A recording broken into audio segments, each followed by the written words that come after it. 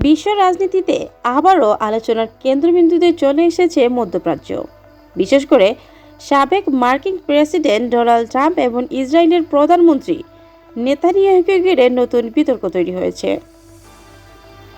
সম্প্রতি বিভিন্ন আন্তর্জাতিক বিশ্লেষণে বলা হচ্ছে, ট্রাম্পের রাজনৈতিক চাপ এবং কূটনৈতিক অবস্থানের কারণে নেতানিয়াহু অনেক ক্ষেত্রে দুর্বল অবস্থায় পড়ে গিয়েছে।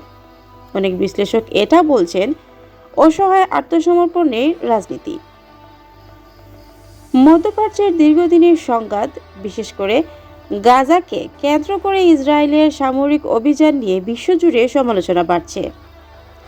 আন্তর্জাতিক মানবাধিকার সংগঠন থেকে শুরু করে বিভিন্ন দেশের নেতারাও ইসরায়েলের পদক্ষেপ নিয়ে প্রশ্ন তুলেছে।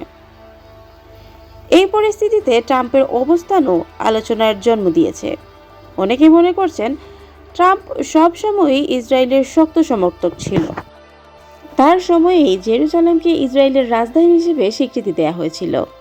কিন্তু সাম্প্রতিক রাজনৈতিক পরিস্থিতি বদলে যাচ্ছে। মধ্যপ্রাচ্যে উত্তেজনা বাড়ার সঙ্গে সঙ্গে যুক্তরাষ্ট্রের অভ্যন্তরেও চাপ বাড়ছে। বিশ্লেষকদের বলছেন, ট্রাম্পের কূটনৈতিক বার্তা এবং রাজনৈতিক অবস্থান নেতানিয়াহুকে কিছু ক্ষেত্রে নরম হতে বাধ্য করছে।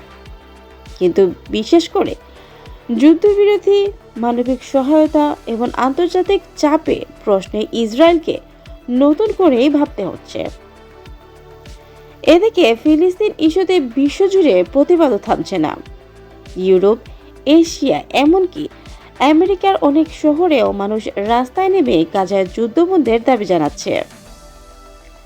রাজনৈতিক বিশেষজ্ঞদের মতে এই পরিস্থিতিতে নেতানিয়াহুর সামনে দুইটি বড় চ্যালেঞ্জ।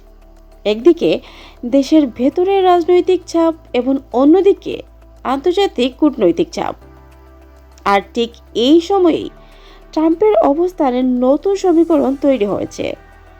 কেউ বলছে এটি একটি কৌশলগত চাপ, আবার কেউ বলছে এটি শুধু রাজনৈতিক নাটক।